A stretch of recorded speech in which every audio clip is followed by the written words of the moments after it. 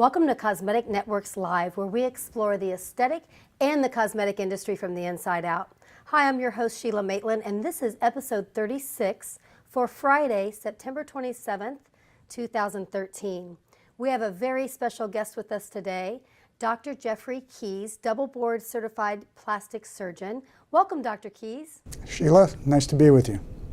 We're so glad you're here. You've had a big early morning, and we're getting ready to do a great show with some great information that's going to inform lots of consumers out there about who you are and what you do, and a great focus on a specialty, which is a natural looking rhinoplasty. But before we get started, I want you to share your story. Tell everyone what inspired you to become a plastic surgeon. Actually, my father was a general practitioner, so I grew up in a household full of medicine, so to speak, and my mother was a nurse.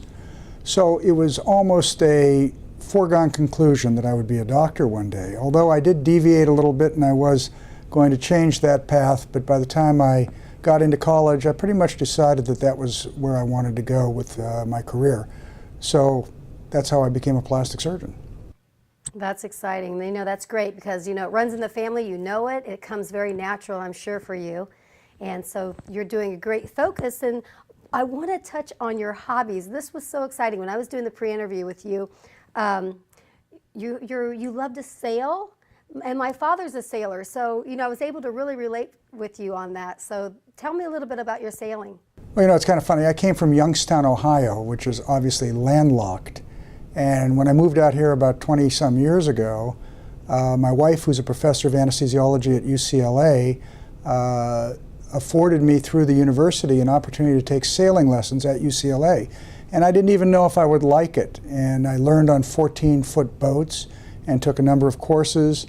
And I distinctly remember saying to the instructor, as some of the large boats went by down in the marina, how long will it take me to be able to sail one of those? And he just looked at me and said, a very long time.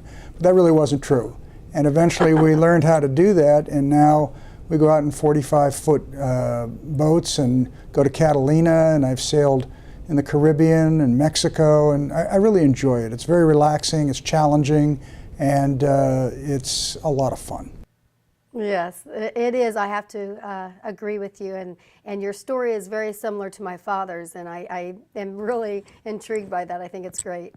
And then share with me about boxing. That's something else that's also in my growing up years. What inspired you to be a boxer, and how did you fall into that little category of the hobby? Well, I had a personal trainer who, I still have him for the past 20 years, and he shows up at my home every Tuesday and Thursday morning. And that's morphed into Sunday morning now, but at first we were just working out, and then one day he told me, you know, I'm a boxer and I box with a lot of the major pros, and asked me if I'd like to learn how to box, and I said, well, that would be great. So he's a unique type of trainer in that when we box, of course we put on headgear and gloves and everything, but he doesn't hit us, and when I say us, I'll explain there are other people who come along with me.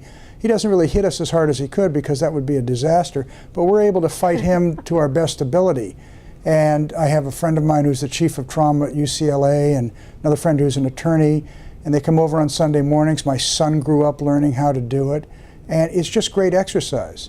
If ever you stood holding your hands up like this and just going like this for 3 minutes straight, you would see that it's very exhausting. So when you go 10 rounds, by the time you're finished, you've had a great workout. Oh, that's for sure.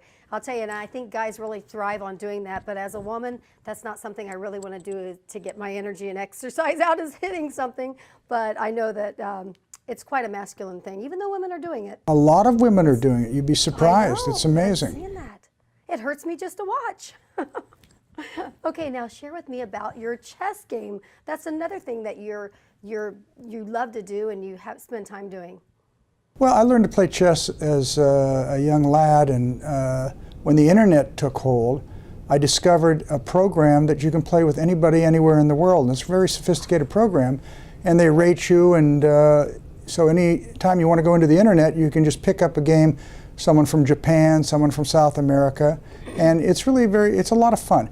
What it does is it keeps your mind sharp because you're constantly thinking about your strategies and your moves, and that's part of life too. We all have strategies and moves that we have to make pretty much in our daily routine. So chess is a good teacher for a lot of reasons.